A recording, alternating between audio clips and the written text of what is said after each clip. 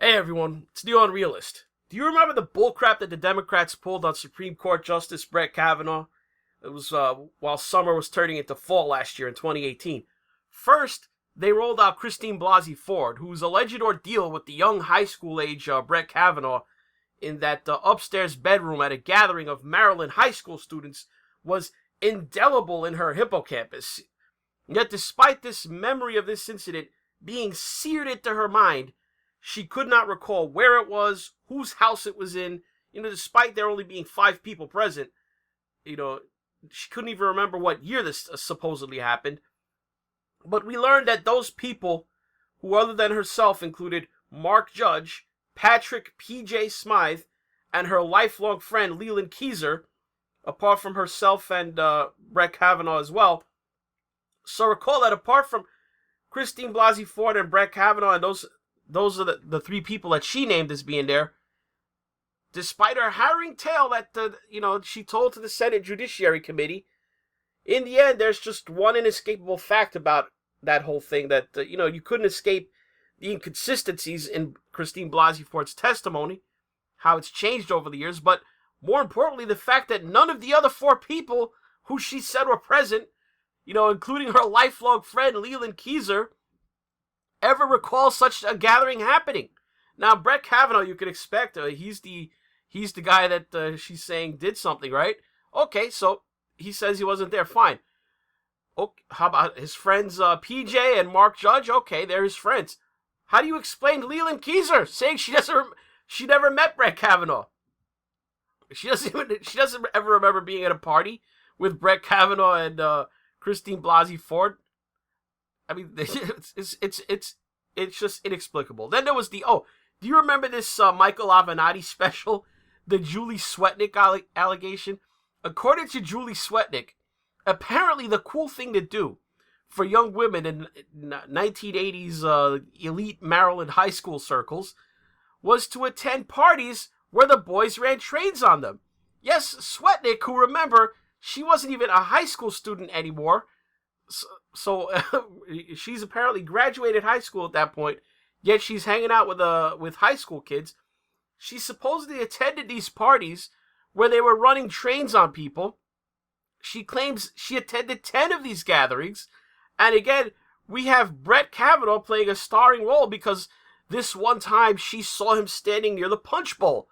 Mind you, she never saw him put anything into the punch bowl, but he just stood in its general vicinity this one time that she saw. So, yeah, ipso facto, #MeToo.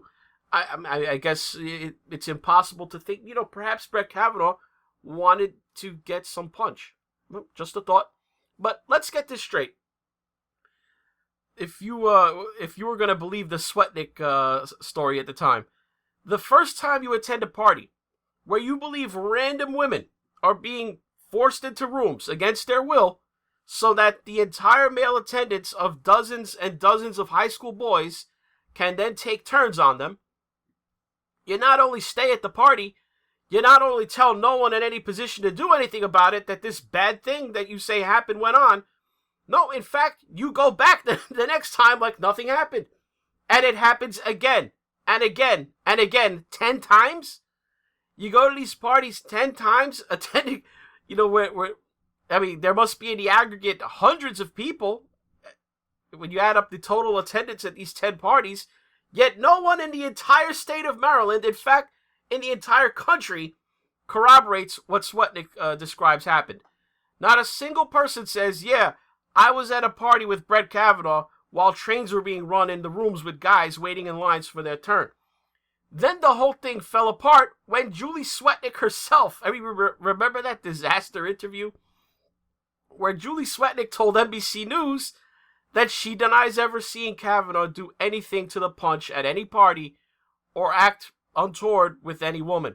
Lastly, we're going to talk about, and this is most relevant to the story for today, is Deborah Ramirez, yet another one of the garbage tier accusations brought against Brett Kavanaugh.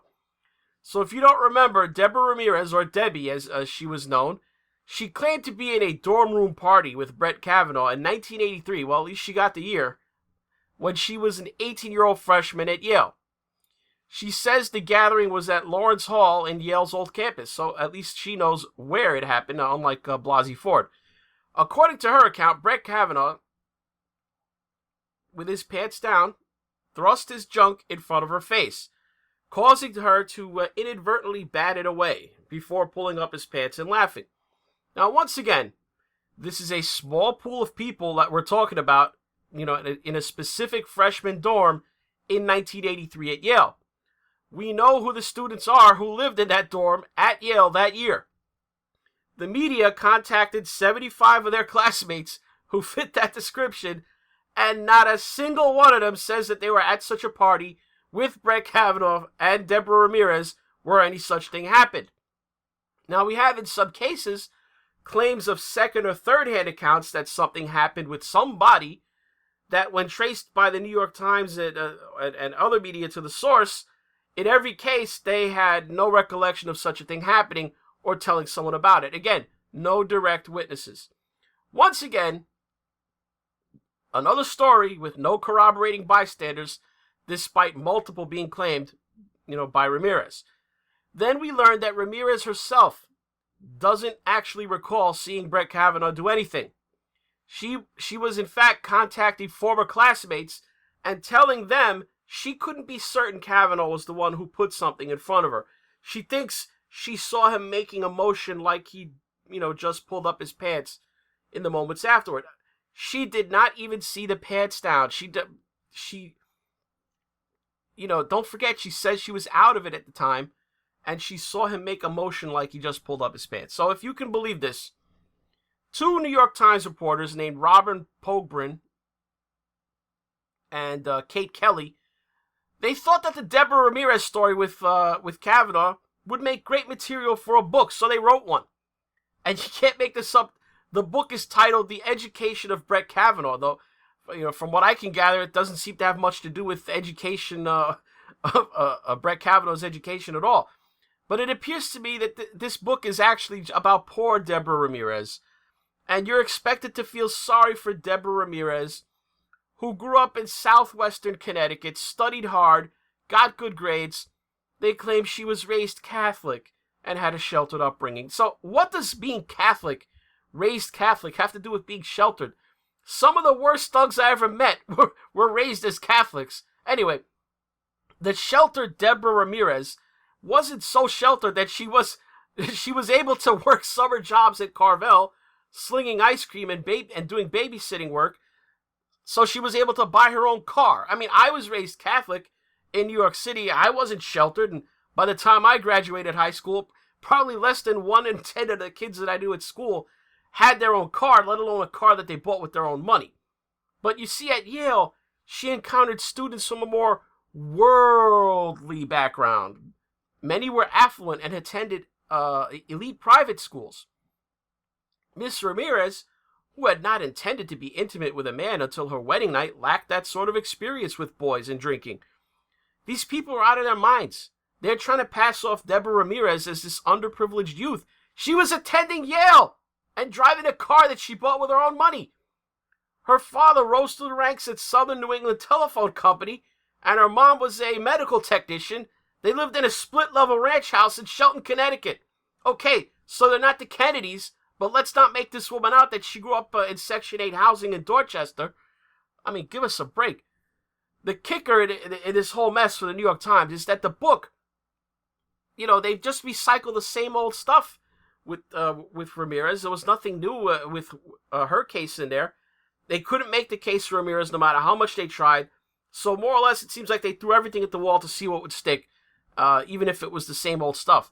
In fact, the only new claim in the book, and the reason for this video, was a claim by Democrat attorney Max Stier, a Yale classmate of Brett Kavanaugh's, he's been a rival of his over the years, as far back as the being on opposite sides during the Whitewater stuff with the Clintons back in the 1990s, when Kavanaugh worked for independent counsel Ken Starr, and Stier was defending Bill Clinton in that matter. But never mind the Stier-Kavanaugh backstory. I'll leave that to the media to argue over.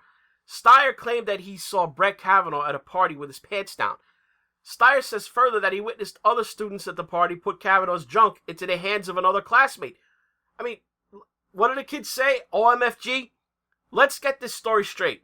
Brett Kavanaugh, who must have spent his entire 4 years as an undergrad at Yale with his pants down, from the way these people talk, yet somehow he still managed to graduate with honors cum laude in history. He's standing there minding his own business at a party with his pants down, apparently, remember. Tell me how somebody, and remember, Brett Kavanaugh, let's remember who this guy was in high school and college. He was an athlete. He played for the Yale junior varsity basketball team and was in the habit of lifting weights, according to his own calendar journal that he kept. But let's say, even if Brett Kavanaugh was a scrawny college freshman, let's say he was a 150-pound wimp even. So people at Yale, remember this is Yale, they're walking up to him and grabbing his junk while he has his pants down. Apparently no one thinks this is unusual. And they're pulling him around by his junk, and then somehow they're able to put his junk into some unwilling person's hands? What? This Steyer guy must think everybody outside of Washington, D.C. is dumb. If you're a guy, and I don't care if it's your best friend, you aren't letting any dude touch your junk, let alone grab it and yank you around, first of all. Let alone pull you over to some chick, and then you tell me how it's even physically possible for someone to put another man's junk into another person's hands when neither party wants it. Is Brett Kavanaugh's stuff removable? Because I'm pretty sure, I'm just going to be guess here, that Kavanaugh's stuff is attached to his body. I don't think he's rocking some kind of removable prosthetic deal down there, but, maybe I don't know. Let's just say, for the sake of argument, that this is even remotely believable even. Let's give him that much. So what this Steyer guy is saying is that he saw someone else assault Brett Kavanaugh, because that's essentially what he described. Because I'm pretty sure most men don't stand around with their pants down or otherwise, letting other men grab them and jerk them around the room like they're on a leash or something, and start handing off the leash to other random people. If anything, it would be Brett Kavanaugh who would be the victim in this bizarre incident that Steyer describes. But let's get beyond even this surreal excuse of a claim. It's in their own book. The authors admit in their book that the alleged person in the book that Steyer says this happened to refused to discuss the incident with them, and that several of her friends told the authors that she doesn't recall it happening. Let's repeat that in case somebody out there didn't hear. Several of her friends say the woman does not recall this happening. The New York Times felt that, let's leave that out the story. It's not important.